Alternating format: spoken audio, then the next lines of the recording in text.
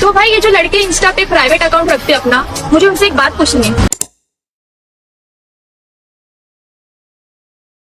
Friend चार चार best friend रखती हो क्यों? तुम्हारे ज्यादा खुजली होती है क्या? Hello everyone, welcome back to another video. So আজকের এই ভিডিওতে আমরা এরকম স্ট্যাটাস ভিডিও ক্রিয়েট করব অ্যালার্ট মোশন অ্যাপের মাধ্যমে।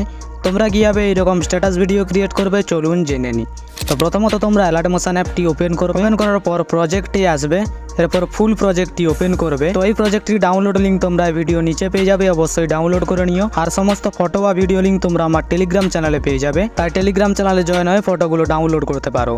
তো এই প্রজেক্টের মধ্যে আমরা প্রথমত করব ফন্ট অ্যাড। তার জন্য তোমরা স্ক্রল করে নিচে চলে আসবে। এবার নিচে আসার পর এখানে তোমরা লিরিক্সটি দেখতে পেয়ে যাবে। তো লিরিক্সের ওপর ক্লিক করবে, এডিট টেক্সটে আসবে, ওপর থেকে ফন্টটি সিলেক্ট করবে, টিক মার্কে ক্লিক করলে ফন্টটি অ্যাড হয়ে যাবে। তো এরপর এখান থেকে ব্যাক আসবে।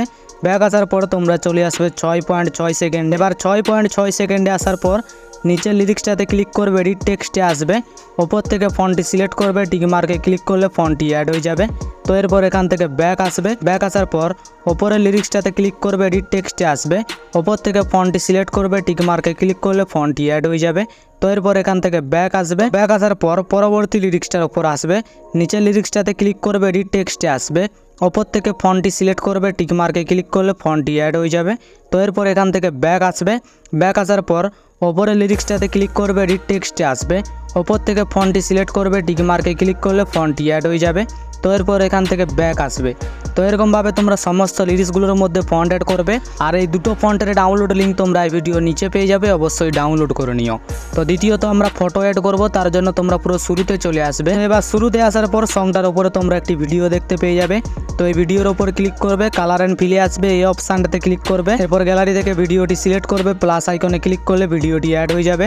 তো এরপর এখান থেকে ব্যাক আসবে। তো ব্যাক আসার পর তোমরা চলে আসবে 13.2 সেকেন্ডে। এবার 13.2 সেকেন্ডে আসার পর এখানে তোমরা পরপর দুটো ফটো দেখতে পেয়ে যাবে। তো এই দুটো ফটোই সেম ফটো থাকবে। তো সেই কারণে ওপরের ফটোটাতে ক্লিক করবে, কালার অ্যান্ড ফিলে আসবে, এই অপশানটাতে ক্লিক করবে, এরপর গ্যালারি থেকে যে কোনো একটি ফটো সিলেক্ট করবে, প্লাস আইকনে ক্লিক করলে ফটোটি অ্যাড হয়ে যাবে।